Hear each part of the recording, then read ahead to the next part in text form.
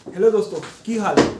आज का टॉपिक एक और नए टॉपिक के साथ आप सबके लिए इन्वेस्टमेंट। आज का टॉपिक पता है ना, मेरे लिए बहुत इंटरेस्टिंग है। मतलब मुझे काफ़ी इंटरेस्ट आता है इन्वेस्ट करने में, सही चीज़ों को ढूंढ के उनमें पैसा लगाने में और फिर अच्छा रिटर्न कमा के बाहर निकलने में। मेरा बहुत फेवरेट टॉपिक है और मेरे ख्याल से आप सबका भी फेवरेट होगा।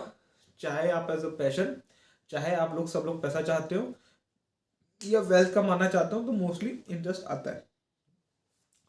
तो आज हम बात करेंगे कि इन्वेस्टमेंट करना ज़रूरी है क्या, इंपॉर्टेंस ऑफ इन्वेस्टमेंट और एक ट्रेडिशनल इन्वेस्टमेंट जो स्टाइल हमारे पेरेंट्स ने परस्यू किया है आज तक, और आजकल कुछ लोग आज भी हमारी जनरेशन वाले करते हैं, और जो नए स्टाइल ऑफ इन्वेस्टमेंट है वो, उन दोनों को ही मतलब हम डिस्कस करेंगे। क्या है, क्या हम लोग सोचते थे, क्यों ये होता था, क्यों ये ऐसा करना ज़रूरी है, ऐसा नहीं करेंगे तो क्या जाएगा, रिस्क कहाँ है कहाँ नहीं है, उन सारी बातों पर अपना बात करेंगे बैठ के आराम से।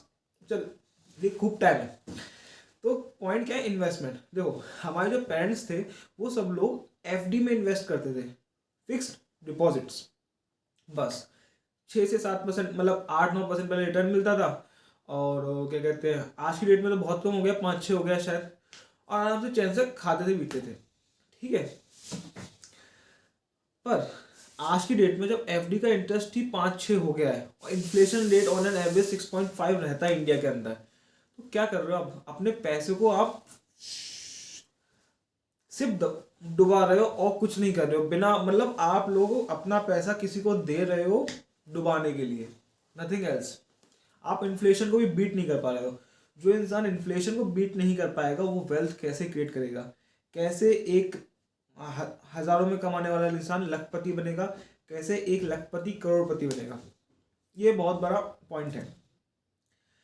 तो हमें लगता है कि इसके बारे में हमें कुछ सोचना चाहिए, कुछ जानना चाहिए। देखो, आपको पता है, आप जिनसे एफडी पे ब्याज लेते हो या कुछ भी ऐसा एक स्मॉल इन्वेस्टमेंट करते हो जिसमें आपको इस रेंज के बीच का रिटर्न मिलता था, उनको वो उस पैसे का करते क्या है, वो उस पैसे से 10 से ऊपर रिटर्न कमाते हैं, 10% से ज़्यादा।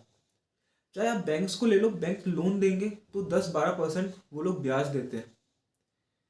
अब जो 10-12% ब्याज दे रहा है, एक्चुअली में उसकी बिजनेस की ग्रोथ 12% से ज़्यादा हो रही होगी, तब वो 12% ब्याज दे रहा है, ठीक है।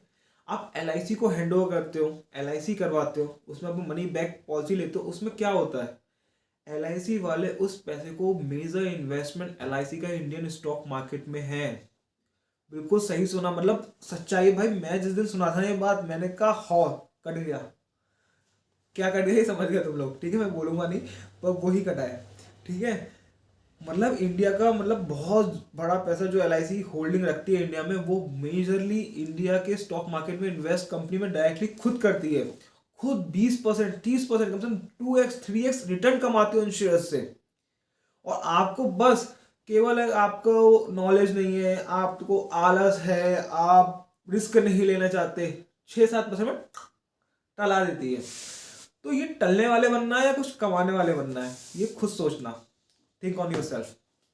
अब हम बात करते हैं कि इंसान इतना परसेंट रिटर्न होता है क्या। आज मैं अगर किसी से जाके नॉर्मली बात करता हूँ ना, या हम अपने पेरेंट्स से बात करते हैं, तो वो मेरे पेरेंट्स मैंने अपने फादर का पैसा कहीं पे लगाया था जिन पे मैंने उन्हें 60% रिटर्न दिलाया लास्ट 2 साल में। वो मुझसे पहले पूछते थे कि ऐसा एक्चुअलिटी में क्या होता है, मैं पैसे लगाने में डलूँ कि नहीं डलूँ। पर मैंने कहा कि आप डालो, आप मुझसे ले लेना, ठीक है। तो मैं भी कहाँ से लेता उस समय तो। पर हाँ, एक नॉर्मल अपन जो बात करते हैं, तो पता है ये रिटर्न कमाते कैसे हैं? आज मैं सिंपल एक लाइन कॉन्सेप्ट में आपको उस चीज़ को ख़त्म कर दूंगा, एक लाइन में। वो लोग रिसर्च करते हैं और ऐसे बिजनेसेस को ढूंढते हैं जिनकी हाई डिमांड है या होने वाली है, और वहाँ पे अर्ली एंट्री करते हैं, बस। और जब वो निकलते हैं, यो पोटली भर भर के पैसा लेके जाते हैं, पोटली भर भर के। चाहे अब कितने, मतलब ये केवल इतना सा होता है, they do proper research, after taking proper knowledge they enter that business early then any other. 125 crore की जनता है, अगर 2 करोड़ लोग भी उसमें पहला इन्वेस्ट कर देना, तो 125 तक जब तो नॉलेज पहुंचेगी, उन्हें पता चलेगा ऐसा भी कुछ होता है, ये होता है, वो लोग छाप चुके होंगे बेटा जब तक। जैसे जियो ने किया था, अगर आपको याद हो। जियो के प्राइस 600 थे 2018 के आसपास। जियो के लॉन्च होते होते ना वो सीधा 1500 1600, मतलब सीधा डबल का उनका मार्केट शेयर बढ़ गया। अर्ली इन्वेस्ट करके, बिजनेस को जानकर, रिसर्च करके वो चीज़ वहाँ पे गए। अब मैं नहीं कह रहा कि आप और मैं जाके सीधा जियो खोलें, पर एक नॉर्मल आइडिया कि कोई भी बिजनेस में ऐसी चीज़ें होती हैं, ठीक है।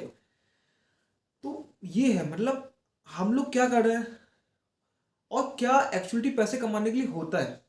मतलब अगर आपको बिजनेसेस पता है जिनमें रिटर्न अच्छा है, भाई अगर एक बार बताओ तुम लोग को कोई 20% 30% कमा रहा है तो 5-6% देने में कोई प्रॉब्लम नहीं है, और इतना रिटर्न दिखता है।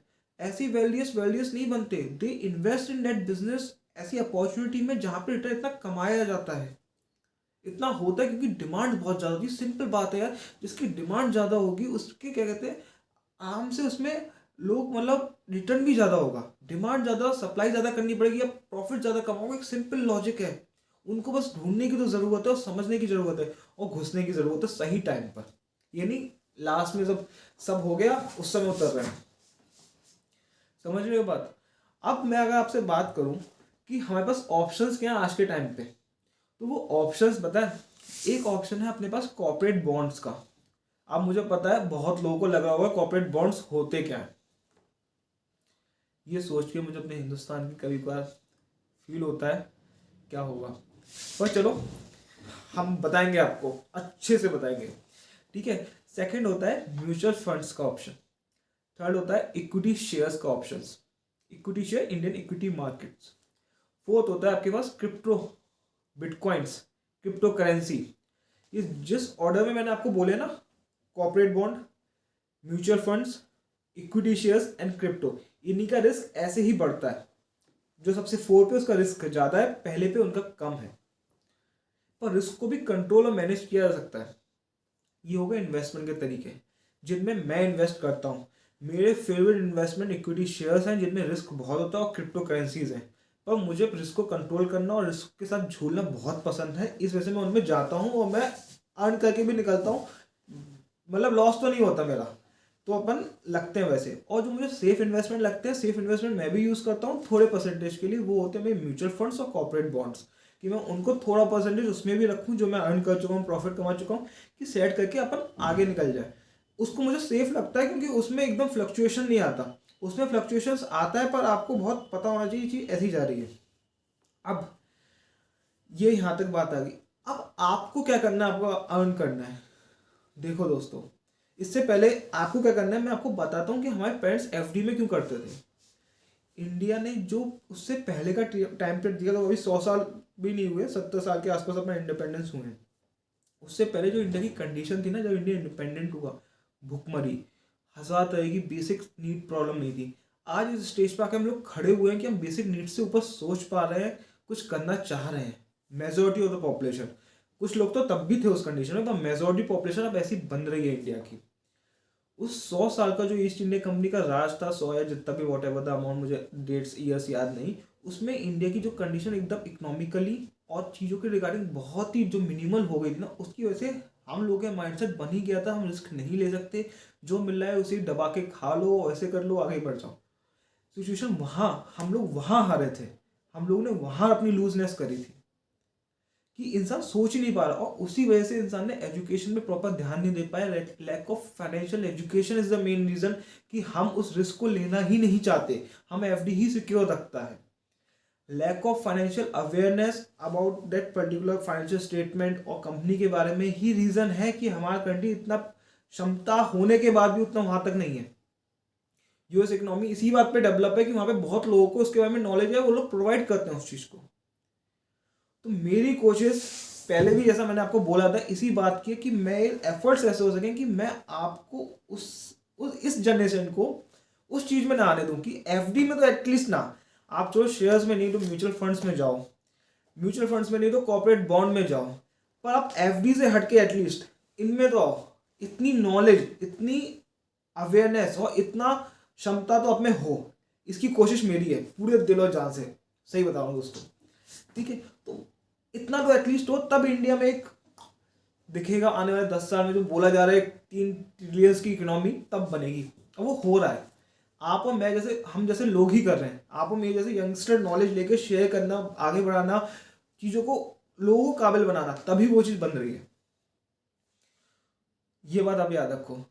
मतलब मैंने कोई बेसिक समझाया, अब हम लोगों को यही चीज़ नहीं दोहरानी है, बस जो उन्होंने किया वही हमें रोकना है किसी भी हाल में। मीन्स हम लोगों को किसी भी चीज़ के इन्वेस्टमेंट में उतरने से पहले आपको उसकी रिसर्च करनी है, नॉलेज लेनी है, अपना एक बिलीफ सेट बनाना है, हाँ ये सही है, मैं इसमें एक इन्वेस्टर के रूप में पैसा लगाना चाहता हूँ, उसमें फिर इन्वेस्ट करके रुकना है, होल्ड करना है। 5 मतलब जो भी एक विदिन टाइम पीरियड के हिसाब से एक एनालिसिस निकल के आती है आप, और तब आप बनोगे। मैं ये नहीं कह रहा आप सब चीज़ें एकदम एनालिसिस करके खुद बन जाओगे, पर ये एक मॉडल, एक फ्रेमवर्क है इन 3 चीज़ों का।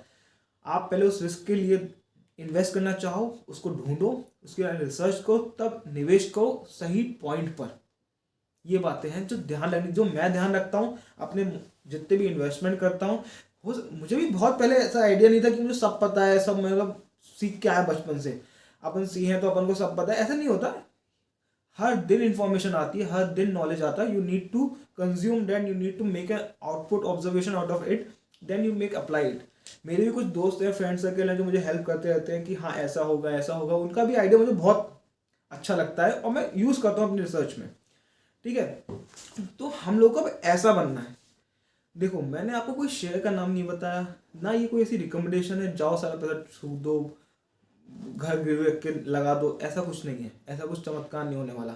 मैंने आपको केवल एक फ्रेमवर्क बताया, एक फ्रेमवर्क, एक माइंडसेट, जिस माइंडसेट से चलना ज़रूरी है आने वाले टाइम के लिए, तभी आप अपने लिए कुछ कर पाओ। भले किसी के लिए मत करो, देश हम लोगों से ही बना है, हम अपने लिए कुछ कर पाए तो वो हम देश के लिए कर रहे हैं, इनडायरेक्टली डायरेक्टली। हम अपने आप को समर्थ बना पाए, हम अपने आप को अक्लमंद बना पाए, तो एट एंड हमारा देश भी हो ही रहा है। आप किसी और का मत सोचो, अपने तो सोच सकते हो, अपने लिए तो सोच सकते हो, किसी का भी मत सोचो, सब गए चूल्हे मत, पर अपना सोचो।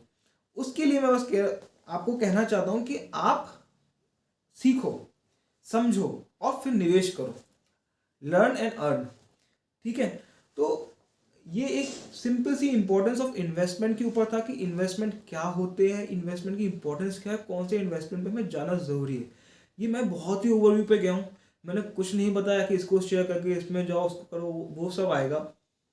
अपने पास बहुत स्टॉक है, बहुत चीज़ें बोलने के लिए, पर अपन चलेंगे स्टेप बाय स्टेप, 1 by 1, तभी चीज़ें बनती हैं, ये याद रखना। 1% एवरी डे। ठीक है, तो आप बस उतने से चलो, इतना कंज्यूम को समझो, अपनी चीज़ों को अवेयर हो, तुम कहाँ हो, उस सोच को तोड़ने की कोशिश करो। अगर आप एफडी माइंडसेट में हो, it not easy for a normal investor. Even मेरा भी ईजी नहीं था कि जब मैंने देखा कि मम्मी पापा इन्वेस्ट करते हो, मैंने उनका पैसा उठा के सीधा शेयर्स में लगवा दिया, शेयर्स में नहीं, मैं म्यूचुअल फंड्स में लगवा दिया, और उन्हें 60% का मैंने रिटर्न दिलवाया भाई, तो वो खुश हैं। तो अब वो कहते हैं हाँ लगाओ, तुम हमारा जैसा भी हो अपने हिसाब से मैनेज करो। मैंने खुद भी कमाया इंटेलेक्चुअली स्टॉक्स में, मैंने अराउंड, आप मानोगे नहीं, मैं 3x 3 महीने में उसे 3x किया पैसे को अपने को। अमाउंट छोटी थी ठीक है, पर 3 गुना करना is a big thing in 1 month 1-2 months। ठीक है, तो ऐसा ढूंढना पड़ता है थोड़ा।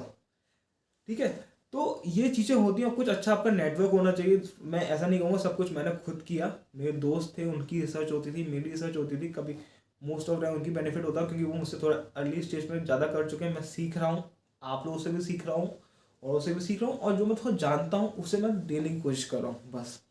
ठीक है, तो ये चीज़ है, आप इसको सोचो, समझो और करो। कल फिर मिलते हैं एक अच्छी वीडियो के साथ और एक नए कॉन्सेप्ट के साथ, क्या अपन और कर सकते हैं।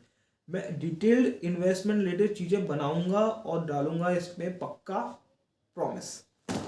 Okay, good night, good night and take care, be healthy.